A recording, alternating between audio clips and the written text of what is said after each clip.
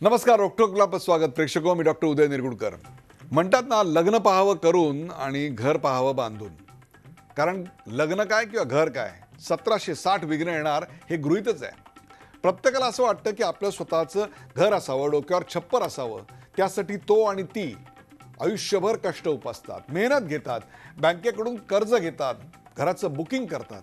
हे सगळं आपण करतो ते डोक्यावर एक हक्काचं छोटंसं छप्पर यावं म्हणून. पण बिल्डर नावाची जमात त्या स्वप्नांची पूर्ती काशी करून टाकते.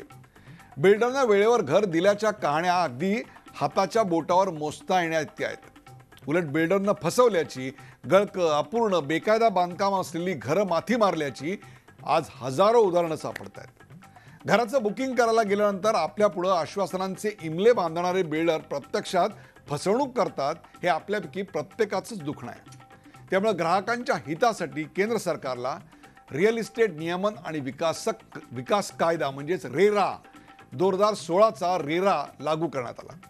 परंतु बिल्डर नावाची जमात एवढी हिकमती आणि काय सांगू मी, त्यांनी या मूळ कायद्याच्या तत्वांनाच आता हरताळ फासाला घेतलाय.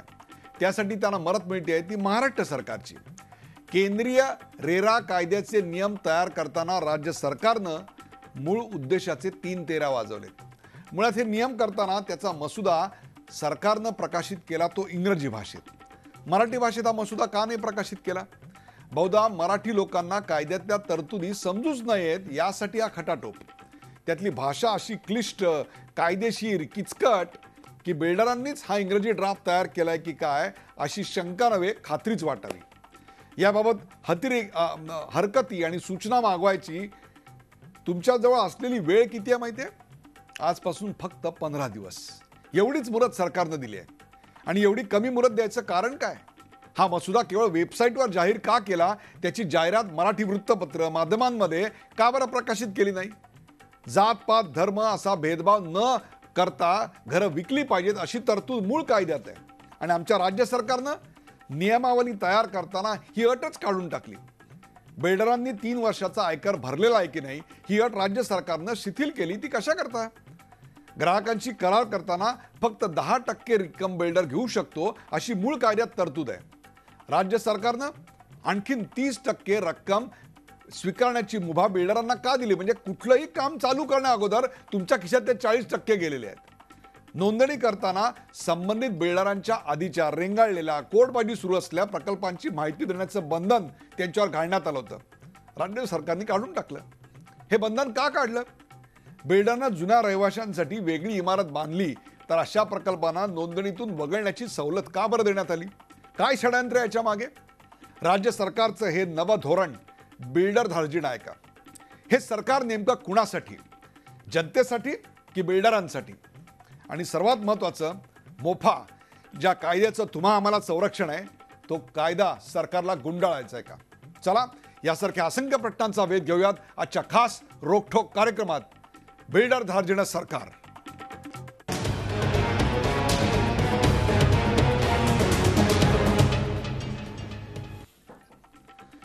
बिल्डर धार्जिण सरकार.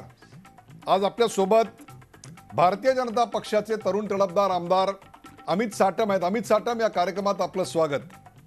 ॲडव्होकेट शिरीष देशपांडे, मुंबई ग्राहक पंचायतीचे ॲडव्होकेट शिरीष देशपांडे, आपलं स्वागत. बांधकाम व्यावसायिक आणि तज्ज्ञ, स्वतःची वेगळी ओळख निर्माण करणारे DS कुलकर्णी हे देखील आपल्याबरोबर आहे. DS कुलकर्णी, आपलं स्वागत. आणि RTI कार्यकर्ते विजय कुंभार हे देखील आपल्या बरोबर आहेत. विजय कुंभार, आपलंही स्वागत. अमित साटम, तुमच्यापासून पहिले सुरुवात करूया. Amit Satam, real estate regulation development act 2016चा प्रारूप आराखडा फक्त इंग्रजीतच आहे? अमित साटम,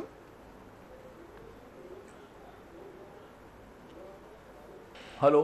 रेरा या प्रारूप आराखडा जो आहे 2016चा तो फक्त इंग्रजीतच आहे, बरोबर आहे?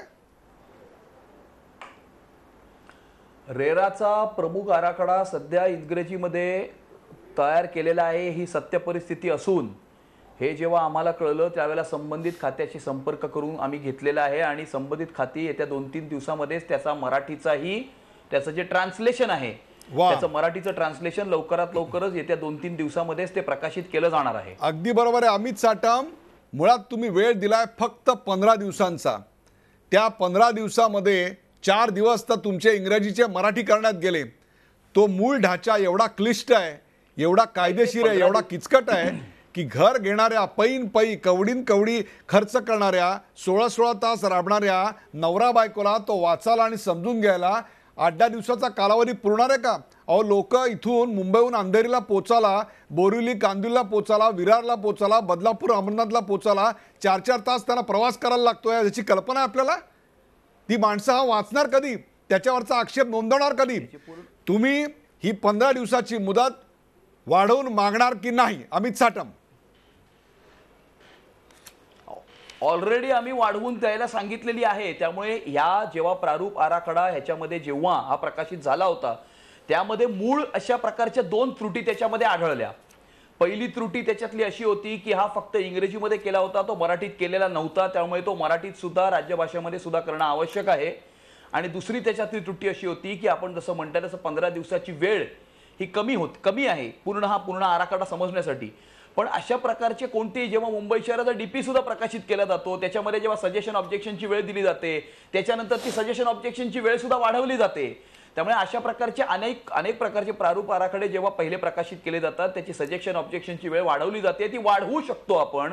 आणि त्यामुळे या 2 त्याच्यातल्या ज्या मुख्य त्रुटी आहेत त्या दूर करण्यासाठी ऑलरेडी अगदी बरोबर आहे संबंधित खात्याचे जे काही सेक्रेटरी आहेत मुख्यमंत्र्यांशी बोललेलो आहे. अमित साटम लवकरात लवकरच येत्या 2-3 दिवसात केलं जाणार आहे. अमित साटम, मुळात केंद्राच्या कायद्यामध्ये आणि राज्याच्या कायद्यामध्ये काही महत्त्वाचे फरक आहेत.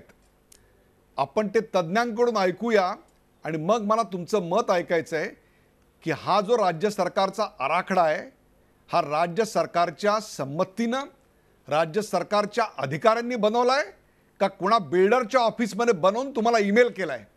काय काय आक्षेप आहेत सांगा. याच्यात बरेच आक्षेप आहेत. सर्वप्रथम मला एक गोष्ट सांगायची आहे की केंद्र सरकारने जो केलेला कायदा आहे म्हणजे संसदेने संमत केलेला कायदा आहे तो कायदा आहे आणि त्याची पूर्ण अंमलबजावणी ही राज्य सरकारांनी करायची आहे. आणि त्यामुळे राज्य सरकारांनी ही अंमलबजावणी करण्यासाठी स्वतःचे असे नियम करणं अपेक्षित आहे.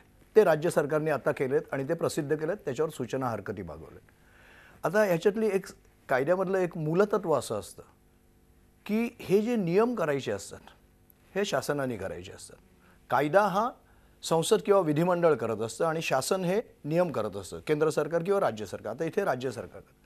कायद्याचं एक मूलतत्व काय असतं की हे जे नियम करतात ते मूळ कायद्याशी पूर्णपणे सुसंगतच असले. विसंगती कुठे आहे मला सांगा. विसंगती अशा बरेच आहेत. आता एक पहिलंच उदाहरण देतो तुम्हाला. आता हा कायद्याचंच मूळ उद्दिष्ट म्हणून जे संसदेत सांगितलं गेलं की रिअल इस्टेट सेक्टरमध्ये जी पारदर्शकता नाही ती पारदर्शकता आणणं हे सगळ्यात महत्त्वाचं काम या कायद्याने केलेलं आहे. आणि त्यासाठी अनेक तरतुदी केल्या आणि त्यातली एक महत्त्वाची तरतूद म्हणजे प्रत्येक गृहनिर्माण प्रकल्प हा विकासकाला नोंदणी करणं बंधनकारक केलं.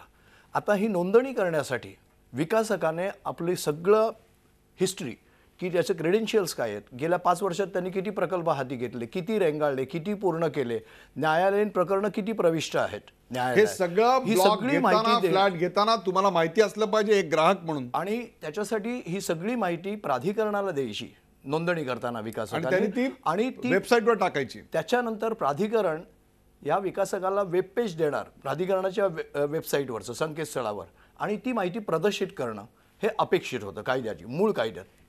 आमच्या राज्याचा कायदा काय रूल्स काय म्हणतात नियमात की याच्यातनं आम्ही ह्यांना मुभा देतो, एक्झम्पशन देतो. कोणी हा अधिकार दिला ह्यांना? आणि हे एवढं संरक्षण करण्याची काय यांना म्हणजे शासनाला काय लाज वाटते की बाबा बिल्डर्सना ही जर का गोष्ट सगळी सांगावं लागली आणि जाहीर वेबसाईटवर द्यावी लागली. आपल्याकडे DS कुलकर्णी आहे. DS कुलकर्णी हे चांगल्या बांधकाम व्यावसायिकांपैकी आहेत. DS कुलकर्णी आपल्या एखाद्या प्रकल्पामध्ये किंवा कुठल्याही बिल्डरच्या प्रकल्पामध्ये घर घेण्या अगोदर त्या बिल्डरनी आतापर्यंत कोणती घरं बांधलेली आहेत, कोणते गृहनिर्माण प्रकल्प वेळेवर पूर्ण केलेत अथवा वेळेवर पूर्ण केलेले नाहीत, या सगळ्याची माहिती जर एखाद्या ग्राहकाला हवी असेल तर ते अनाठायी आहे, ते गैर आहे असं वाटतं आपल्याला? नाही, पहिल्यांदा निरगुडकर साहेब मला क्लिअर करू द्या, मी इथे बिल्डरचा रिप्रेझेंटेटिव्ह म्हणून आलेलो नाही आहे. नाहीतर तुम्ही सगळेजण टी व्हीमाने मला ठोकून काढाल की मी बिल्डरचा माणूस आहे. I am not representing the builder. Me flat holder किंवा मध्यमवर्गीयांचा रिप्रेझेंटेटिव्ह म्हणून आलं, एवढं तुम्ही ॲक्सेप्ट करा. नाहीतर Absolutely. तिकडे बिल्डर मला ओरडतात की तू झी टी व्हीवर जातो आणि तिथं आमच्या बाजूने बोलत नाही. इथं तुम्ही सगळेजण मी जणू काही बिल्डरचा एक प्रतिनिधी बसलं अशा दृष्टीने माझ्याकडे सगळा फोकस येतो. तर पहिल्यांदा मी बिल्डरचा प्रतिनिधी म्हणून इथं आलेलो नाही हे प्रामाणिकपणे सांगतो. आता तुम्ही जो प्रश्न विचारला अशा प्रकारचं काही सांगितलं जातं का? मी 1980पासून या बिझनेसमध्ये आहे. आत्तापर्यंत ग्राहक आणि बिल्डर याचं नातं फार विचित्र आणि गमतीशीर आहे. मंडईत गेलो तर कोथिंबीर घेताना ते गरीबाशी कासाकीस करतात आणि इकडनं उलटी पालटी कोथिंबीरची गड्डी किंवा मेथीची गड्डी बघणारे हे मध्यमवर्गीय लोक किंवा पांढरपेशे लोक, इन्क्लुडिंग मी, बिल्डरच्या ऑफिसमध्ये आले की ते भपक्याने दबकून जातात आणि काही विचारत नाही. तो म्हणेल ते देव असं समजून ॲग्रीमेंट करतात. ही पहिली चूक आहे. आपण घर घेताना, अरे घरात सून आणताना किंवा जावई आणतानाही बघून बघतो तर बिल्डर हा बांधणार, याचं कुळ काय, कायदा काय, याचं नातंगोतं काय, याचे आत्तापर्यंतचे इतिहास काय, हे तपासलंच पाहिजे. आणि ते ना ग्राहक विचारतो ना बिल्डर सांगतो. बिल्डर कशाला सांगायला जाणार आहे? सो अशा प्रकारे ही पद्धत कधीच नाही. आणि रेरा ॲक्ट प्रमाणे जर ती येणार असेल की जे आणायलाच पाहिजे, त्याच्यात काही चूक नाहीये कुठल्या कंपनीच्या वेबसाईटवर. पण आता तुम्हाला थांबवतो अशा करता त्याची आवश्यकता नाही. तुम्ही गुगलवर जा आणि DS कुलकर्णी टाका, त्यांनी किती गुन्हे गेले ते येतात. हल्ली एवढी माहिती परफेक्शन झालेली आहे की तुम्हाला रेरा ॲक्टची सुद्धा गरज नाही. त्याच्या पलीकडे आपण गेलो, किती गुन्हे केले, किती अटक केले, किती याच्या विरुद्ध केसेस आहे, गुगलवर पर्सनल बायोग्राफी सगळं मिळतं. आम्ही हल्ली कोणाचाही कुठलाही व्यवहार जगात करताना गुगलवर जाऊन सर्च घेतो, या माणसाचं काय काय चाललेलं आहे. रेरामध्ये आणलं चांगलं आहे, टाकायलाच पाहिजे. आणि नाही टाकलं तरी सिस्टीम एवढी ॲडव्हान्स झाली आहे की आता प्रत्येकाला कोणी काय गुन्हे केले आहेत, इन्क्लुडिंग मी किंवा तुम्ही कोणाचाही नाव जर आपण गेलो वेबसाईटवर, अगदी बरोबर आहे, तर सापडतं. पण हे टाकायला पाहिजे तर टाकायला पाहिजे. येस, विजय कुमार, जे गृहनिर्माण प्रकल्प जाहीर करतात त्यांची सर्व कुंडली ही प्राधिकरणाच्या वेबसाईटवर उपलब्ध असली पाहिजे. याला गुगल हा पर्याय असू शकतो का, मला सांगा? आणि जर ते केंद्र सरकारनं पास केलेलं होतं तर राज्य सरकारला बदलायचं काय कारण आहे असं वाटतं आपल्याला, विजय कुमार? पहिली गोष्ट म्हणजे गुगल जरी असलं तरी बिल्डरांनी इतके मार्ग त्याच्यातून शोधून काढले की मुळात काम करणारा दुसरा, मालक तिसरा आणि प्रत्यक्ष त्याचा फायदा घेऊन जाणारा चौथाच, असे उद्योग याच्यामध्ये चाललेत. माझ्या पाहण्यात असे अनेक बिल्डर आहेत की त्या बिल्डर वेगळेच आहेत, पण ती कंपनी मात्र तिसऱ्याच्याच नावावर आहे. त्यांच्या नावावर कुठलाही गुन्हा नाही, मूळ बिल्डरांच्या नावावर गुन्हा आहे. आणि दुसरी गोष्ट, आता जो मग आपला आत्ताचा विषय आहे त्याच्यामध्ये हाच ड्राफ्ट, हा मुळात केंद्राचा ड्राफ्ट, महाराष्ट्राचा ड्राफ्ट म्हणून जून 16व्या वर्षाच्या जून महिन्यामध्ये केंद्राच्या वेबसाईटवर आजही दिसतोय. एवढा असतानाही याच्यामध्ये बदल करायला जो काही मधला पिरियड गेला नोव्हेंबरचा, तो कशासाठी गेला? आणि त्याच्यातल्या तरतुदी, मूळ त्या ड्राफ्टमधल्या तरतुदी आता नोव्हेंबरमध्ये का बदलण्यात आल्या? आणि एकाच वेळेला हे 4 त्यांनी प्रारूप प्रसिद्ध केलेत. एक प्राधिकरणाची स्थापना, त्याच्यातल्या अधिकाऱ्यांचे पगार वगैरे, पेनल्टीज वगैरे, याच्यासाठी 4 केलेत. हे 8 डिसेंबरला प्रसिद्ध झाले, त्याच्यातले 4 दिवस ऑलरेडी गेलेत. आता मराठी करणार कधी? आणि ज्यांच्यासाठी हा कायदा आणलाय त्यांना हे सगळं कळणार कधी? ते ऑब्जेक्शन घेणार कधी? त्यांना त्याचं उत्तर विजय कुमार आयोग नेमले जातात, त्याचं हेतू चांगला असतो. अमित साटम यांनी त्याची जबाबदारी घेतलेली आहे. त्यांनी सांगितलेलं आहे की आम्ही तारीख 100% वाढवून घेऊ आणि 4 दिवसात याचा मराठी मसुदा मिळेल. मुद्दा तो नाही आहे.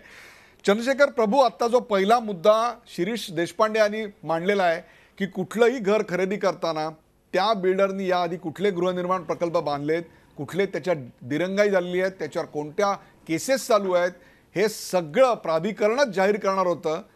हे केंद्र सरकारनं पास केलेलं होतं, परंतु राज्य सरकारनं मात्र तशी गरज नाही असं सांगितलं. त्याच्यात एक पळवाट म्हणा किंवा त्याच्यात एक सोय म्हणा, DS कुलकर्णी सुचवली एक ग्राहकांचे प्रतिनिधी म्हणून की आज तुम्ही गुगलवर गेलात तर तुम्हाला हे सगळं दिसतं.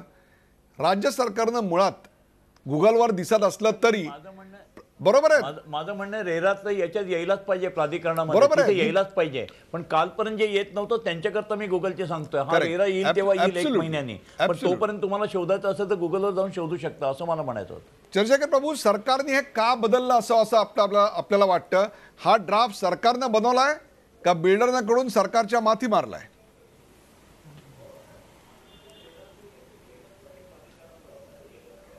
ही गोष्ट आहे.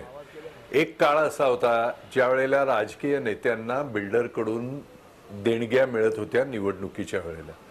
त्यानंतर राजकीय पुढाऱ्यांकडे इतका पैसा झाला की ते राजकीय पुढारी स्वतःचा पैसा बिल्डरांकडे फिरवण्यासाठी देत असत. म्हणजे बिल्डरांनी राजकीय पुढाऱ्यांचा पैसा लावायचा आणि तो वाढवायचा आणि त्यांना जेव्हा पाहिजे तेव्हा द्यायचं. नंतर एक काळ असा आला किंवा राजकीय पुढारी म्हणाले की बिल्डरांकडे आपला पैसा का गुंतवावा, आपणच बिल्डर होऊया. त्यामुळे राजकीय पुढारी बिल्डर झाले. मग बिल्डरांच्या लक्षात आलं की आपल्या पोटावर राजकीय पुढारी पाय ठेवतायत, त्यामुळे आता बिल्डर राजकारणात आले. प्रत्येक पक्षामध्ये वेगवेगळे बिल्डर हे राजकारणात बसलेले आहेत आणि बिल्डर आलेत आणि त्या पक्षांना गडगंज पैसा देऊन त्या पक्षांकडून सर्व गोष्टी ते मान्य करून घेतात. आणि बिल्डरांची लॉबी इतकी मजबूत आहे की कधी कधी आपल्याला वाटतंय की राज्य कोण चालवतंय, सरकार चालवतंय का बिल्डर चालवतंय. हा पक्ष किंवा तो पक्ष नाही, शेवटी बिल्डर ठरवतो, त्या गोष्टी होतात.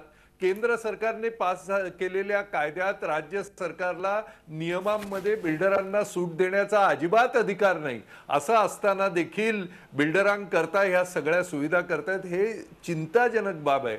इतकंच नव्हे, आता तुम्ही रेरा कायद्याच्या विषयी बोलता. रेरा कायद्याच्या आधी पूर्ण मुंबईचा 4.5 कोटी लोकांना ज्याचा त्रास होतोय अशा पद्धतीचा रिजनल प्लॅन MMR चा आला. म्हणजे MMR म्हणजे लक्षात घ्या, एका बाजूला अलिबाग आणि दुसऱ्या बाजूला वसई विरार, इथपासून तिथपर्यंत हा पूर्णपणे 4.5 कोटी लोकांना एफेक्ट होणार असा रिजनल प्लॅन 2 महिन्यापूर्वी आला. आणि 2 महिन्यात आता त्याची मुदत संपायला 15 दिवस बाकी आहेत. पण त्या रिजनल प्लॅनचं अजून 2 महिन्यात मराठी भाषांतर झालेलं नाही. रेरा कायद्याचं 3 दिवसात होणार म्हणतात, 2 महिन्यात रिजनल प्लॅनचं भाषांतर झालेलं नाही. तर मग रिजनल प्लॅन आता सूचना आणि ऑब्जेक्शन्स घेण्याची शेवटची तारीख दिलेली आहे. आणि या रिजनल प्लॅन मध्ये हरित पट्ट्यामध्ये, ग्रीन बेल्ट मध्ये सगळ्यात महत्वाचा बदल म्हणजे पोल्युटिंग इंडस्ट्रीज परमिट केलेला आहे. कधी राज्यात नव्हे हे रिजनल प्लॅन मध्ये झालंय. आणि 4 कोटी जनतेला त्याविषयी काहीच माहिती नाही, कारण हा रिजनल प्लॅन इंग्रजीत आलेला आहे. आणि त्या रिजनल प्लॅनचं मराठीकरण करतो म्हणून 2 महिने निघून गेले. आता फक्त 15 दिवस बाकी आहेत सूचना आणि अगदी बरोबर. चंद्रशेखर प्रभू आलेलं नाही आणि अजूनही सरकार काय करते हे समजायला मार्ग नाही. तर केवळ रेराचं नाही, रेराला 15 दिवस आहे. अगदी बरोबर आहे चंद्रशेखर प्रभू, तुम्ही सांगताय ते 100% मला पटतंय. अमित साटम, तुमच्यावर 100% विश्वास आहे. तुमचे मतदार कार्यक्रम बघतायत, आमच्यापैकी कोणालाही निवडणूक लढवायची नाहीये, तुम्हाला 100% पुढच्या वेळी लढवायची आहे. और रिजनल प्लॅन 2-2 महिने ट्रान्सलेट होत नाही आणि हा प्लॅन 15 दिवसाची मुदत आहे, त्याला 4 दिवस ऑलरेडी गेलेले आहेत, पुढच्या 4 दिवसात तो ट्रान्सलेट होईल. या तुमच्या शब्दावर तुमच्याच मतदारांनी, ज्यांच्या समोर तुम्ही महानगरपालिकेला मतं मागायला जाणार आहात, विश्वास कसा ठेवायचा हो अमित साटम? ह्याच्यामध्ये मुद्दा असा आहे, एक ह्या वेळेला ह्या रेरा कायद्याच्या महाराष्ट्राच्या प्रारूप आराखड्यासाठी एक डेडलाईन होती. ती डेडलाईन पार झाली, त्यामुळे ॲडमिनिस्ट्रेशनवरती आणि सरकारवरती याच्यावरचा प्रारूप आराखडा पब्लिश करण्यासंदर्भामध्ये दबाव होता. अशा प्रकारचे जेव्हा कायदे तयार केले जातात आणि अशा प्रकारचे जेव्हा लॉज आणि लेजिस्लेशन तयार केले जातात, तेव्हा अनेक वेळा आपण बघतो की मुंबई महानगरपालिकेमध्ये सुद्धा जेव्हा पॉलिसी बनते त्यावेळेला हल्ली अनेक वेळेला अनेक पॉलिसी ज्या पहिल्या इंग्रजीमध्ये बनतात आणि त्याच्यानंतर त्याचं ट्रान्सलेशन मराठीमध्ये होतं. त्याच्यामुळे माझं असं म्हणणं आहे की हा जरी इंग्रजीमध्ये त्याचा प्रारूप आराखडा त्याच्यामध्ये जो काही पब्लिश झालेला आहे त्यामध्ये त्याचं मराठी ट्रान्सलेशन लवकरात लवकर करून आणि जेवढा वेळ त्या मराठी ट्रान्सलेशनमध्ये लूज झालेला आहे तेवढा वेळ त्याच्या पुढची तारीख त्याच्यामध्ये वाढवून त्याचा वेळ वाढवून त्याचं जी काही भरपाई आहे ती भरपाई शासन करेल. मग रिजनल प्लॅन, मग अमित साटम रिजनल प्लॅनचे 2 महिने जे वाया गेले ते तुम्ही वाढवून देणार आहात? अमित साटम, रिजनल प्लॅनचे जे महिने ट्रान्सलेशनला वाया गेले ते तुम्ही वाढवून देणार आहात? त्याकरता उपोषणाला बसणार आहात?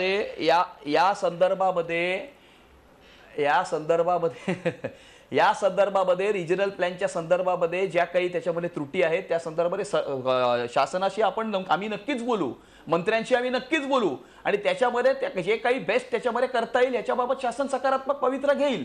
पण आता आपण या ह्याच्या संदर्भात बोलत आहोत, रेरा संदर्भात बोलत आहोत.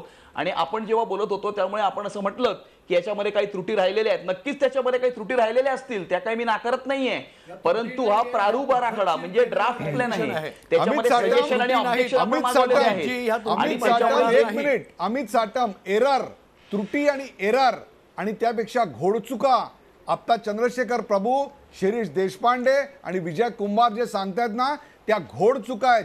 हेतू पुरस्सर जनतेला वेठीला धरून आणि राजकारण्यांना हाताशी धरून संगनमत करून आम्हाला लुटायचा केलेला डाव आहे आणि तो तुमच्या राज्यात होतोय. एका असं ब्रेक आहे नंतर की आपण जे म्हणतोय, हा रेरा- जी 24 तास आपण पाहता बिल्डर धार्जिणं सरकार.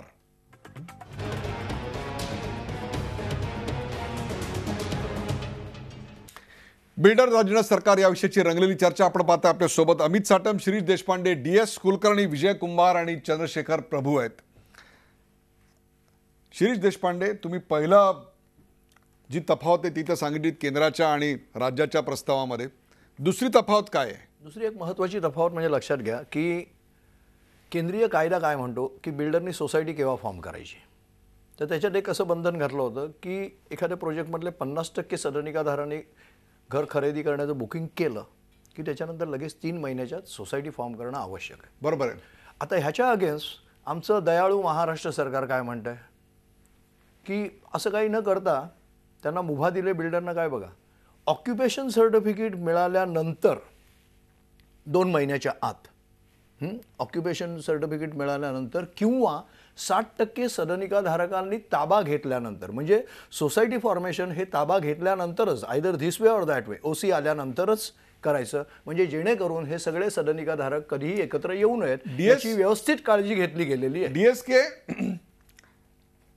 डीएसके पार्शियल ऑक्युपेशन सर्टिफिकेट घेऊन 90% फ्लॅट ग्राहकांना देता येतात. तरी देखील आता या नवीन प्रस्तावामुळे सोसायटी फॉर्म करायचं बंधन आणि सोसायटी फॉर्म केल्यानंतर कन्व्हेन्स करायचं बंधन बिल्डरवर असणार नाही.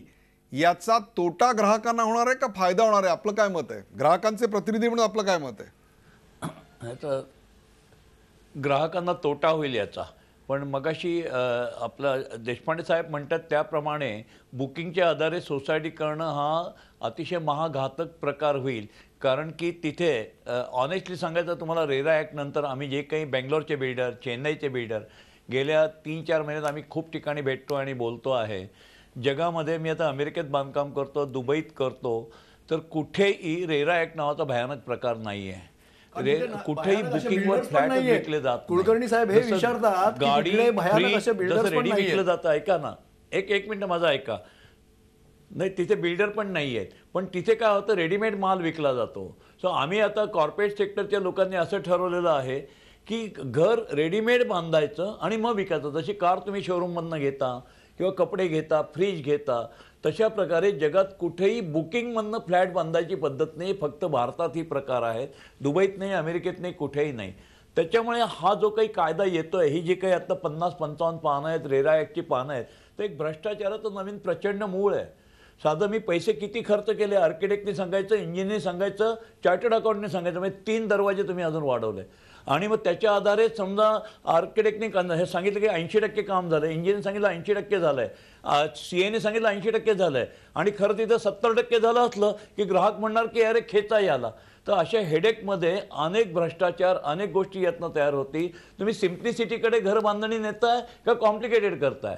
तर माझ्या मते आता 2 तट पडतील, रेरा ॲक्ट खाली काम करणारे बिल्डर आणि रेडीमेड फ्लॅट घेऊन बांधणे आणि विकणे. की बाबा रे, तुला फसवतच नाही, क्रिकेटचं ग्राउंड आहे आणि तुला सांगतो स्वप्न दाखवत आहे, ब्रोशरमधनं स्वप्नच दाखवत नाही, डोळ्यांनी बघ ही कंपाऊंड, ही बिल्डिंग, हे फ्लॅट तयार झाले, तुला आवडलं तर घे. अशा प्रकारचे एक चांगल्या प्रवृत्तीचे बिल्डर या रेरा ॲक्टच्या भीतीने तयार होतील, हा मी फायदा सांगतोय. आणि नॅचरली तुम्हाला मी रेडीमेड घर देत असल्यामुळे ऑक्युपेशन अनऑक्युपेशनच्या पलीकडचं आहे की अतिशय 100% ओक्सी झालंय. मुंबईतले कित्येक बिल्डर कुलकर्णी 5% लागतात जे आम्ही मुंबईत DS कुलकर्णी 5% लावता येणार नाही. अमित साटम, मुळात कारण काय होतं? रेरा पाहिजे ना, म्हणून रेरा पाहिजे. Absolutely. अमित साटम, त्यांना रेरा सरळ करेल. अमित चांगला साटम, फायदा काय होईल, लोकांना चॉईस राहील की चांगलं घर घ्यायचं किंवा अशा प्रकारे बदमाशांचं घर घ्यायचं. Amit Satam, good thing.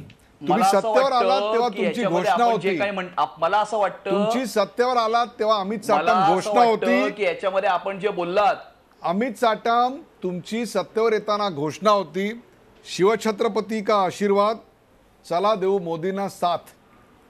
ती घोषणा बदलली का? बिल्डरांचा आशीर्वाद, चला देऊ बिल्डरांना बिलकुल साथ, ही घोषणा अशी बदललेली नवीन नाहीये. घोषणा बदलली आहे का तुम्ही? बिलकुल ही घोषणा बदललेली नाहीये आणि आमची घोषणा बदललेली नाहीये. हे रेराचं जे आपण आज ही चर्चा करतोय, हे रेराचा कायदा जर आम्हाला जर बिल्डर धार्जिर्ण आम्ही होतो तर आम्ही मुळामध्ये रेराचा कायदाच आणला नसता. रेराचा कायदा आणला, त्याच्यानंतर महाराष्ट्राने त्याचा प्रारूप आराखडा तयार केला, त्याच्यामध्ये काही त्रुटी राहून गेल्या असतील पण हा काही फायनल ड्राफ्ट नाहीये. ह्याच्यामध्ये सजेशन ऑब्जेक्शन मागवलेत, ह्याच्यामध्ये जे एक्सपर्ट्स असतील त्यांचे कॉमेंट्स मागवलेत, जनतेचे कॉमेंट्स मागवलेत आणि ते सर्व कॉमेंट्स जे काही एकत्र करून त्याच्यातनं या राज्यासाठी आणि या राज्याच्या जनतेसाठी जे चांगलं असेल त्याच्या हिशोबानेच हा ड्राफ्ट तयार होणार आहे. त्यामुळे आपण जे कंक्लुजन्स वरती जंप करता आहे, त्यामुळे माझी आपल्याला नम्रतेने विनंती आहे की आपण कोणत्याही प्रकारचे कंक्लुजन्स जंप करू नयेत आणि जे काही त्याच्यामध्ये कसं आहे, मॅटर ऑफ परसेप्शन. अमित मगाशी जे साटम, काही म्हटलं, शिरीष अमित देशपांडे साटम, साहेबांनी मगाशी म्हटलं तुम्ही जो की ड्राफ्ट developer- दिलेला आहे, developer- तुम्ही जो ड्राफ्ट developer- 70 माझं म्हणणं पानाचा काय ड्राफ्ट तुम्ही आहे ना द्या, अमित मला बोलू साटम, द्या ना. त्याच्या मला आधारे बोलू द्या ना. बोलतोय. आज आमची कायदेतज्ञांची मला बोलू द्या टीम, ना. पत्रकारांची फौज मला दिवसभर असं आहे, फक्त तुम्ही ते आधारे घेऊन बसली बोलताय, होती. बरोबर आहे. आर्किटेक्टना पण वाचता येत त्याच्यामध्ये नाहीये, exemption, मगाशी जे म्हणाले की आर्किटेक्टना exemption वास्तुरचना दिलं गेलेलं तज्ञांना आहे. वाचता हे येत नाहीये, exemption बिल्डरना मध्ये वाचता येत दिलेलंच नाहीये. नाहीये. एवढा सर्व कठीण जे ड्राफ्ट काही तुम्ही ठेवता disclosure आणि त्याच्यावर आम्हाला developer रिएक्शन section विचारता. 11 of the 15 act दिवसात खाली तो सुद्धा द्यायची आहे. इंग्रजीमध्ये आणि मराठी माणसांनी याचं करायचंय.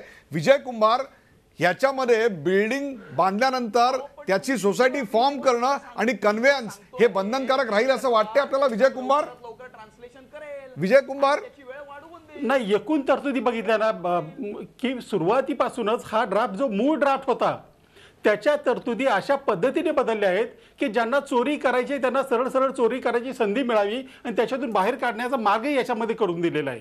मुळामध्ये फ्लॅट विकायचा कुणाला याच्या संदर्भामध्ये कुठलंही डिस्क्रिप्शन बिल्डरला असू नये असं मूळ ड्राफ्टमध्ये होतं. ते कुणी बदललं, कुठल्या तज्ज्ञानं त्यांना तसं सजेशन दिलं आणि हे तज्ज्ञ असे होते कोण की 10 रुपये जे per square metre registration charges होते ते करून 1 रुपया केले महाराष्ट्रामध्ये. कमर्शियलला तर चार्जेसच अमित महाराष्ट्रामध्ये साटम, लागले. या तरतुदी मूळ अमित ड्राफ्ट साटम, बदलल्या कुणी आणि कशासाठी? मगाशी आणि तुम्हाला हे कोण माझ्या सल्लागार होते बोलण्याचा शासनाचे? तुम्ही अमित मगाशी साटम, जो मुद्दा मगाशी मांडला ड्राफ्ट ना, करा, की आत्ताचा कन्व्हेन्सचा ड्राफ्ट मुद्दा, करा. टायटलचा मुद्दा, सोसायटी फॉर्मेशनचा मुद्दा, ह्याच्यामध्ये सोसायटी पूर्ण जे काही तिकडचे फ्लॅट धारक आहेत ते राहायला आल्यानंतरच सोसायटी फॉर्म व्हावी ही त्याच्या मागची भावना आहे. अहो पण ही ही कायद्यात त्याच्या मागची परवानगी भावना आहे. नाही आहे त्यामुळे तशी. तुम्ही अमितजी, काय त्याच्या मागची अमितजी, भावना आहे एक लक्षात त्याचं घ्या. चुकीच्या मूळ प्रकारे कायदा त्याचं चुकीच्या लक्षात घ्या. प्रकारे मूळ त्याचं हे करू कायद्यातल्या नये. तरतुदी लक्षात घ्या. तुम्ही वाटेल त्या गोष्टी प्रोव्हाइड इथे करू शकत नाही, तुम्हाला पाहिजे म्हणून किंवा बिल्डर सांगतायत म्हणून. मूळ कायद्याची चौकट तुम्ही मोडू शकत नाहीत आणि ती नाही, तुम्ही builder मोडलेली सांगतात आहे म्हणून आम्ही आणि करत ती नाही आहोत. builder बिल्डरांच्या सांगतात तसं आग्रहाने आम्हाला मोडलेली करायचं आहे असतं तर असा आम्ही आरोप आहे कायदाच आमचा. आणला नसता. मला- त्यामुळे अशा प्रकारचे आरोप तुम्ही करू नका. नाही मला नाही, मी- हे तुम्ही बघा, मी आरोप करतोय हे पुराव्यानिशी करतोय. खुल्ला सांगतो तुम्हाला. आणि पुरावे किंबहुना हे कागदावर आहेत इतकं ते गंभीर आहे पुरावे. उदयजी, तुम्हाला सांगतो हे इतकं गंभीर प्रकरण आहे की हे कोणी ड्राफ्ट केलाय, अमित जी म्हणतायत तसं ह्या त्रुटी नाही आहेत, ही पद्धतशीरपणे केलेली गोष्ट आहे. त्यामुळे खरं म्हटलं तर याची चौकशी व्हायला पाहिजे. अमित साटम, तमिळनाडूवर जसं वर्धा नावाचं ते आता वादळ घोंगावतं ना, तसं आमच्या सगळ्यांच्या डोक्यावर तुमच्या सरकारच्या कृपेनं रेरा नावाचं वादळ घोंगावतोय, ज्याच्यामध्ये जातीपाती आणि धर्माच्या आधारावर फ्लॅट विकायचा या रेरा अधिकार तुम्ही नावाच्या बिल्डरला वादळाने देताय. तुमच्यावरती घोंगावण्याची त्याची आवश्यकता नाही. ते ग्राहकांना फसवणाऱ्या बिल्डरांच्या डोक्यावरती ते वादळ घोंगावतंय. हो पण ते किती डायल्यूट केलेत तुम्ही रूल्स. त्यामुळे सामान्य माणसाला त्या वादळाची चिंता करायची गरज नाही. आम्ही जी एक साधं उत्तर द्या मला की हे सबंध रूल्स डायल्यूट करण्यामागे काय उद्देश आहे? ग्राहकांचं संरक्षण करण्याचा उद्देश आहे का बिल्डरांचं संरक्षण करण्याचा उद्देश आहे? आपण चंद्रशेखर प्रभू यांना चर्चेत घेऊया. चंद्रशेखर प्रभू, मला सांगा, एक अशी तरतूद होती पूर्वी, सुप्रीम कोर्टाचा निकाल होता चंद्रशेखर प्रभू, की ओपन स्पेस जी आहे ती पार्किंगची बिल्डरला विकता येणार नाही. तरी देखील सर्रासपणे बिल्डर ते विकायचा प्रयत्न करत होते आणि अडलेल्या ग्राहकाला पिळून, म्हणजे 4-5 लाखाची गाडी आणि 50,000चं पार्किंग, अशी सर्रास लूट होत होती. त्याला सुप्रीम कोर्टानं चाप लावला. या प्रस्तावित नियमावलीत आता रेरामध्ये, महाराष्ट्राचा जो रेरा आहे त्याच्यामध्ये ओपन स्पेस बिल्डरला विकायची मुभा देण्यात आलेली आहे. हे कशाचं लक्षण असं वाटतं आपल्याला चंद्रशेखर प्रभू?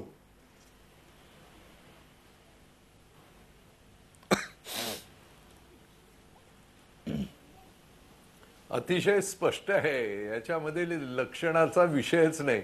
अतिशय स्पष्ट आहे, हा ड्राफ्ट हा सरकारी ऑफिसमध्ये झालेला नाही. हा ड्राफ्ट कोणातरी बिल्डरनी तयार केलेला आहे आणि तो ईमेल केलेला आहे. त्याचा काना मात्रा देखील न बदलताना तो ड्राफ्ट करून त्याचं जाहीर झालेलं आहे असं यातून अतिशय स्पष्ट होत आहेत. एक दोन नाही, अनेक उदाहरणं आहेत. अहो, मुंबईत 80% इमारतींना अजूनही ऑक्युपेशन सर्टिफिकेट नाही. 20-20, 25-25 वर्षानंतर. म्हणजे त्या इमारतींमध्ये कोऑपरेटिव्ह सोसायट्याच होणार नाही, कारण ऑक्युपेशन सर्टिफिकेटच नाही. तर टेम्पररी ऑक्युपेशन सर्टिफिकेट घेऊन केवळ घरामध्ये फर्निचर आणता येतं, राहता येत नाही. परमनंट ऑक्युपेशन सर्टिफिकेट मिळालेलंच नसताना सोसायट्या होणारच नाहीत. म्हणजे बिल्डरांकडे कायमचं त्या ठिकाणचं मालकी हक्क, अनेक ठिकाणी नवीन बिल्डिंगीमध्ये बिल्डरच चेअरमन राहतो 20-20 वर्ष. सोसायटी प्रपोज सोसायटीचा, ती सोसायटी रजिस्टर केली जात नाही. त्याच्याकरता केंद्राचा हा कायदा आला. त्या कायद्याचे सगळे मुद्दे बाजूला ठेवून बिल्डरांच्या बाजूने नियम केले गेले. कोणतेच नियम मूळ कायद्याला ओव्हरराईड करता येत नाहीत.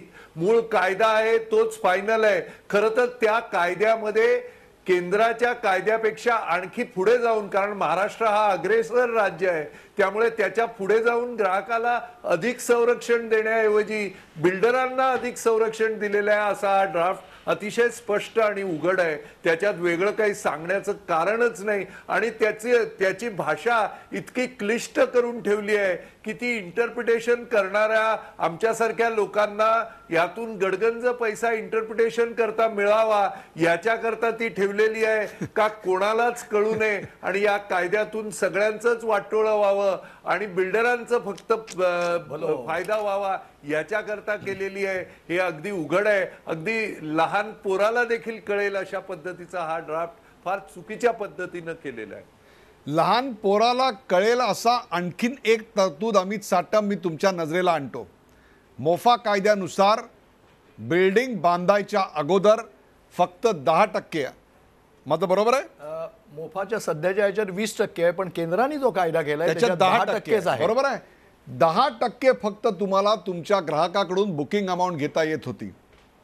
अमित साटम, आपल्या सरकारनी, कृपाळू सरकारनी, शिवछत्रपतींच्या आशीर्वादाने आपण 40% घ्यायची सोय केलीत. हे वरचे 30% मेहरबान होऊन बिल्डरांच्या खिशात, आमच्या खिशातून ओरबाडून घालण्याची एवढी घाई आपल्याला या तरतुदीत का करावीशी वाटली? हा ड्राफ्ट आपल्या मंत्रालयामध्ये बनवला गेलाय. आत्ता जे म्हणतायत चंद्रशेखर प्रभू की हा कोणातरी बिल्डरच्या ऑफिसमध्ये बनवला गेलाय, याचा हा आणखीन पुरावा. कोणतं सरकार आपल्या मतदारांच्या कष्टाने मिळवलेल्या पैशातनं घर घेताना 10%च्या ऐवजी 40% आधी द्या म्हणून कायदा करेल? अमित साटम, काय उत्तर द्याल? ही फक्त ही त्रुटी आहे? ही त्रुटी आहे का हा डाव आहे?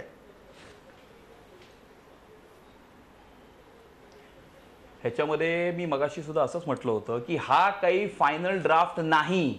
याच्यामध्ये सजेशन अँड ऑब्जेक्शन मागवलेले आहेत. याच्यामध्ये आता जशी आपली चर्चा होत आहे तशा प्रकारच्या चर्चा होऊन, तज्ज्ञांची मतं घेऊन, जनतेची मतं घेऊन याच्यामध्ये जे चांगलं असेल आणि याच्यामध्ये जर त्रुटी असतील किंवा आपण जसं म्हटलं तशा जर घोडचुका असतील तर त्या त्रुटी आणि घोडचुका दूर केल्या जातील आणि त्याच्यासाठीच हा ड्राफ्ट पब्लिश केलेला आहे, जेणेकरून जनतेला हे कळावं, तज्ज्ञांना हे कळावं, आपल्यासारख्या लोकांना हे कळावं आणि ते कळून त्याच्यामधनं ज्या चांगल्या गोष्टी असतात. लोकशाहीमध्ये कधीही कोणत्याही गोष्टीची चर्चा झाली पाहिजे, वेगवेगळे पॉइंट ऑफ व्ह्यूज आणि वेगवेगळे ओपिनियन्स त्याच्यामध्ये आले पाहिजेत आणि त्यामुळे अशा प्रकारचे वेगवेगळे विचार, वेगवेगळे पॉइंट ऑफ व्ह्यूज येऊन त्याच्यामध्ये जे चांगलं असेल ते घेऊन, जे वाईट असेल त्याला दूर करून, अशा प्रकारची ज्या काही त्याच्यामध्ये त्रुटी असतील, चुका असतील किंवा समजा काही घोड चुकाही असतील तर त्या दूर करून या राज्याच्या जनतेसाठी जे काही त्याच्यातला जो बेस्ट ड्राफ्ट आहे तशा प्रकारचं ड्राफ्ट करण्यासाठी शासन कटिबद्ध आहे. अमितजी, मला तुम्हाला एकच साधा प्रश्न विचारताय. आता तुम्ही हे म्हणताय, तुमची पोझिशन मी समजू शकतो.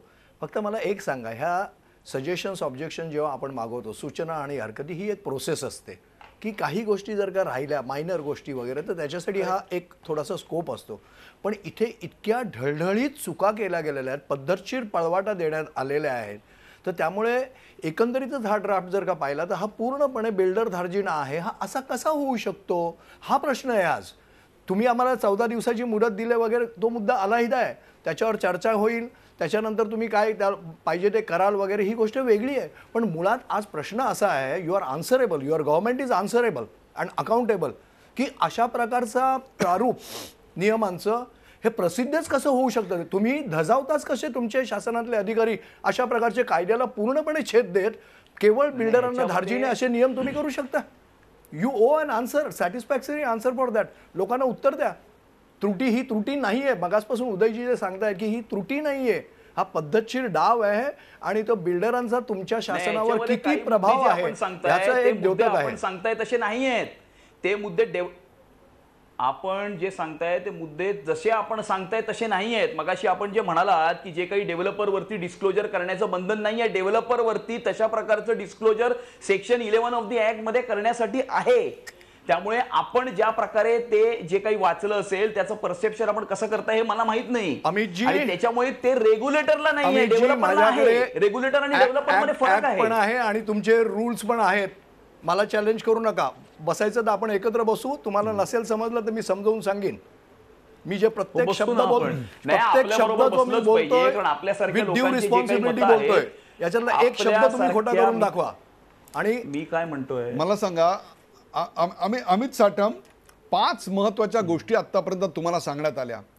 संकेतस्थळावर माहिती असली पाहिजे हे सगळ्यांचंच इथे मत आहे आणि ती माहिती रेरा कायद्यानुसार आता बंधनकारक नाही हे तुम्ही सोडून सगळेजण इथे म्हणतायत. हा रूल 20 वाचा अमितजी. दुसरी गोष्ट, रूल 20 वाचा फक्त. 10% ऐवजी 20% ऐवजी तुमचं सरकार बांधकाम चालू व्हायच्या आधी 40% काढून घेत आहे. ओपन पार्किंग स्पेस, बंद गॅरेजच्या जागा, हे सगळं विकायची मुभा तुम्ही बिल्डरला दिलेली आहे. मी मराठी आणि 15 दिवस हा मुद्दा आता चर्चेलाच घेत नाहीये. तो मुद्दा आता जनतेला बरोबर समजलेला आहे. हे सगळं जे झालं ना, ते कुठलंही संवेदनशील सरकार, कुठलाही संवेदनशील मंत्री अथवा अधिकारी करणार नाही. हे करणारा अधिकारी हा 100% भ्रष्ट आणि बिल्डरांच्या पेरोलवर असणार आहे. त्या अधिकाऱ्यावर मुळात अशी नियमावली आणल्याचा तुम्ही काय गुन्हा दाखल करणार आहात, तुम्ही त्याला काय शिक्षेला पात्र धरणार आहात, तुम्ही त्याच्यावर काय कारवाईची मागणी करणार आहात. मी एरर समजू शकतो, परंतु इंटेन्शनल इंजुरीज समजू शकत नाही. अमित साटम, ह्याच्यामध्ये इंटेन्शनल इंजरीज आहेत की नाही ह्याच्यामध्ये असं आहे की आपण तो रूल आणि आपण तो कायदा कशा प्रकारे परसिव्ह करताय ह्याच्यावरती पण डिपेंड करतं. आणि त्यामुळे मी जसं मगाशी सांगितलं की समजा ह्याच्यामध्ये त्रुटी नाही, आपण म्हणाला तशी जर घोडचूक असेल तर ती घोडचूक सुद्धा सुधारवली जाईल. त्याच्यामध्ये मी काय म्हणतो, we are open for discussion, सरकार इज ओपन फॉर डिस्कशन आणि त्याच्यासाठी सजेशन आणि ऑब्जेक्शन मागवलेले आहेत. त्यामुळे तुम्ही डायरेक्टली आता जे कन्क्लुजन्स वरती जम्प करताय की आम्ही असं केलं तर आम्ही तसं केलं, असं नाहीये. हे पब्लिश केलेलं आहे, त्याच्यामध्ये सजेशन आणि ऑब्जेक्शन येणार आहेत आणि त्याच्यामध्ये जे चांगलं असेल ते घेतलं जाणार विजय आहे. कुमार, त्यामुळे जर फायनल ह्याच्यामध्ये फायनल ड्राफ्ट मध्ये तसं जरी झालं तर आपण जे म्हणताय ते मी एक्सेप्ट करू शकतो. पण आताच्या घटकेला असं नाहीये. या संदर्भातले चारच दिवस rules जे झालेले आहेत. इतर राज्यामध्ये आले, मध्य प्रदेश घ्या, कर्नाटक घ्या, केंद्रशासित प्रदेश घ्या, त्यांच्या नियमामध्ये मूळ ड्राफ्टनुसार तरतुदी आहेत. फक्त त्या महाराष्ट्राच्या ड्राफ्टमध्ये नाहीत. असं कसं घडू शकतं? म्हणजे महाराष्ट्रातले जे कोणी अधिकाऱ्यांनी हे केलं ते इतर राज्यांच्या अधिकाऱ्यांपेक्षा वेगळे आहेत का त्यांना जास्त समजतं म्हणून ते त्रुटी काढल्या आणि बाकीच्या राज्यातल्या अधिकाऱ्यांना कळत नाही म्हणून त्यांनी मूळ ड्राफ्टच्या बाबी तशा ठेवल्या? मी उदाहरण सांगतो, मध्य प्रदेश आणि कर्नाटक केंद्रशासित तर ऑलरेडी आहे. मध्य प्रदेशामध्ये कसं काय घडू शकतं? अमित साटम, मध्य प्रदेशामध्ये आपलंच सरकार आहे. चंद्रशेखर प्रभू, या सगळ्याचा अन्वयार्थ आपण काय काढणार? कार्यक्रमाच्या वेळेची मर्यादा लक्षात घेता या ज्या तफावती केंद्राच्या कायद्यामध्ये आणि रेराच्या प्रस्तावित नियमावलीमध्ये आहेत, याचा अन्वयार्थ आपण काय काढणार? रचनाकार, नगर रचनाकार काय करणार आहेत?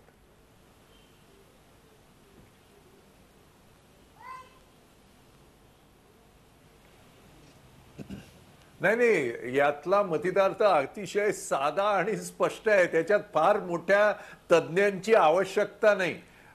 अगदी स्पष्ट आहे. एका बाजूला केंद्राचा कायदा आहे. माझा या केंद्राच्या कायद्यात सुद्धा काही सुधार व्हावेत असं माझं मत आहे. पण असो, केंद्राचा कायदा आल्यावर त्या कायद्याप्रमाणे रूल करायचे. त्या कायद्याला बाजूला सारून वेगळे नियम करण्याचा राज्य सरकारला मुळे अधिकारच नाही. आणि तो अशा पद्धतीनं करायचं, असे क्लिष्ट शब्द वापरायचे की ज्याचा अर्थच सामान्य माणसाला कळणार नाही, आणि ते इंग्रजीत आणायचं आणि त्याच्या सूचना सामान्य माणसाने द्यायच्या. आणि माझा बेसिक आक्षेप असा आहे की का सूचना मागाव्या त्याच्या. तुम्ही अशा पद्धतीचा ड्राफ्ट आणावा जो 99% लोकांना मंजूर होईल, आणि त्याच्यात किरकोळ काहीतरी जर सूचना असतील तर केल्या पाहिजेत. हे होमवर्क आधी व्हायला पाहिजे. प्रत्येक ठिकाणी होमवर्क मध्ये तुम्ही फेल होतात हे अतिशय स्पष्ट आणि उघड आहे. आणि केंद्राचा कायदा इतका स्पष्ट असताना त्या कायद्याला बाजूला सारून नेमकं बिल्डरांना मदत करण्याचेच सगळे नियम का आले. याच्यात ग्राहकांच्या बाजूने 2-4 गोष्टी केंद्राच्याही पलीकडे जाऊन ग्राहकाला मदत करण्याचे का आले नाहीत, या प्रश्नाचं उत्तर पाहिजे. ते नंतर बदल होतील तेव्हा होतील, पण मूळ हे आणलंच का, हे कोणी केलं, त्याच्यावर चौकशी करणार आहात का, आणि चूक केल्यावर ज्या अधिकाऱ्यांनी केलं किंवा ज्याच्याकडून हे झालेलं आहे त्याच्यावर कारवाई करणार आहात, हा खरा प्रश्न आहे. या सवालाचं त्यांनी उत्तर दिलं पाहिजे. शिरीष देशपांडे, एक शेवटचा प्रश्न कार्यक्रमातला. या सगळ्याचा फटका येऊ घातलेल्या निवडणुकीत लोक या सरकारला दाखवतील असं वाटतं आपल्याला? निश्चित. आणि ह्याची मला वाटतं राज्य सरकारने नोंद घेणं आवश्यक आहे. कारण हा जो प्रश्न आहे हा सर्वसमावेशक असा प्रश्न आहे, प्रत्येकाच्या हृदयाशी भिडणारा असा प्रश्न आहे. आणि अशा ह्याच्यात जर का सरकार केवळ बिल्डर्सच्या बाजूने राहणार असेल तर सरकारला कदाचित निवडणुकीत पैसा मिळेल पक्षाला, पण मतं मिळणार नाहीत. कारण मतं आमच्याकडे आहेत, पैसा त्यांच्याकडे आहे. DSK, कार्यक्रमाचा शेवट बाल तुमच्यावर करायचा आहे. जे चांगले बिल्डर आहेत ते सरकारला लिहिणार आहेत का या कायद्यातल्या बदलाविषयी? कारण शेवटी अल्टिमेटली चांगल्या बिल्डरला चांगल्या कायद्याचा फायदा होत असतो आणि भ्रष्ट बिल्डरला भ्रष्ट कायद्याचा फायदा होत असतो. माझं म्हणणं आहे की केंद्र सरकारने आणलेला रेराचा कायदा अतिशय योग्य आहे. ट्रान्सपरन्सी ही महत्त्वाची आहे. ट्रान्सपरन्सीमध्ये खूप सगळ्यांचाच फायदा होणार आहे, बिल्डरचा पण फायदा होणार आहे. कायदा सुलभ असावा, स्वच्छ असावा, जेणेकरून हायकोर्टात जाऊन सुप्रीम कोर्टात जाऊन काळ्या कोर्टवाल्यांनी त्याचे कीस पाडू नये, तर सिम्पली सामान्य माणसाला सुद्धा तो कळावा असा सिम्प्लिसिटीचा कायदा आणला. त्याच्यामध्ये फ्लॅट होल्डरचं, मध्यमवर्गीयाचं, सामान्य नागरिकांचं आणि बिल्डरचं सगळ्यांचं भलं आहे. त्यामुळे रेरा हा स्वच्छ, सोपा आणि ट्रान्सपरंट असावा एवढीच माफक अपेक्षा आहे. आणि या प्रकारे बिल्डर लॉबी निश्चित त्याप्रमाणे प्रयत्न करेल. सरकारला या पद्धतीची मी स्वतः याला सूचना म्हणून ते तशी पाठवेल. प्रेक्षक, बिल्डर दार्जिण्यास सरकार या विषयावरची रंगलेली चर्चा आपण पाहिली. त्याचा शेवट करताना DSKने आपण स्वतः पत्र लिहू असं सांगितलेलं आहे. तामिळनाडू आणि आंध्र प्रदेशात वरदा नावाच्या एका चक्रीवादळानं धुमाकूळ घातलाय. तसाच महाराष्ट्रात रेरा अर्थात रिअल इस्टेट नियमन कायद्याचं वादळ घोंघावत आहे. महाराष्ट्र सरकार आणि बिल्डर मिळून केंद्र सरकारच्या या कायद्यालाच नख लावायचं काम कसं करतायत ते आज विस्तृतपणे मी तुमच्या समोर मांडलं. या कायद्याचे नियम राज्य सरकारने इंग्रजीत तयार केलेत, पण येत्या 2 दिवसात त्याचं मराठी भाषांतर केलं जाईल. त्याबाबतच्या हरकती, सूचना मांडण्याची मुदत वाढवून घेतली जाईल असं आश्वासन भाजपचे आमदार अमित साटम यांनी दिलं. तरी राज्य सरकारचे हे नियम मूळ कायद्याला सुसंगत असले पाहिजेत, पण मूळ नियमांना बगल देण्याचं काम सुरू आहे अशी टीका ग्राहक पंचायतीच्या ॲडव्होकेट शिरीष देशपांडे यांनी सोदाहरण स्पष्ट केली. बिल्डरकडून घर घेताना त्याचा पूर्व इतिहास ग्राहकांनी तपासलाच पाहिजे. हे रेरा येईल तेव्हा येईल, तुर्तास तरी गुगलवर सर्च मारून बिल्डरांची पूर्णपणे माहिती घ्या, मगच घर खरेदी करा असा सल्ला बांधकाम व्यावसायिक DS कुलकर्णी यांनी दिला. तर केंद्र सरकारच्या कायद्याबाबत नियम तयार करायला एवढा वेळ राज्य सरकारनं का लावला? आता 4 दिवस उलटून गेलेत. त्या नियमांचे मराठी भाषांतर येणार कधी? मग जनता त्यावर आक्षेप घेणार कधी? असे सवाल विजय कुमार यांनी उपस्थित केलेत. अलीकडच्या काळात राजकारणी बिल्डर झालेत, बिल्डर राजकारणी झालेत. हे राज्य नक्की कोण चालवतंय, सरकार की बिल्डर, तेच कळेनासे झाले. 2 महिने उलटले तरी MMRच्या रिजनल प्लॅन विकास आराखड्याचं मराठी भाषांतर झालेलं नाही. मग रेराचं भाषांतर होणार कसं आणि कधी, असा खडा सवाल चंद्रशेखर प्रभूंनी उपस्थित केला. प्रेक्षको, शिवछत्रपतींचा आशीर्वाद, चला देऊ मोदींना साथ, अशी विधानसभा निवडणुकीआधी भारतीय जनता पक्षाची घोषणा होती. पण आता चला देऊ बिल्डरांना साथ अशी ती बदलली आहे. केंद्रात आणि राज्यात भाजपचंच सरकार आहे. पण दोन्ही सरकारच्या धोरणांमध्ये एवढा फरक का दिसतो आम्हाला? मला तर एक उर्दू शेर आठवतोय, कितनी दीवारें उठी हैं एक घर के दरमिया, घर कहीं गुम हो गया दीवार और दर के दरमिया. या कार्यक्रमात सहभागी झाल्याबद्दल सर्व मान्यवरांचे आभार. ताज्या बातम्यांसाठी पाहत रहा झी 24 तास. रहा एक पाऊल पुढे.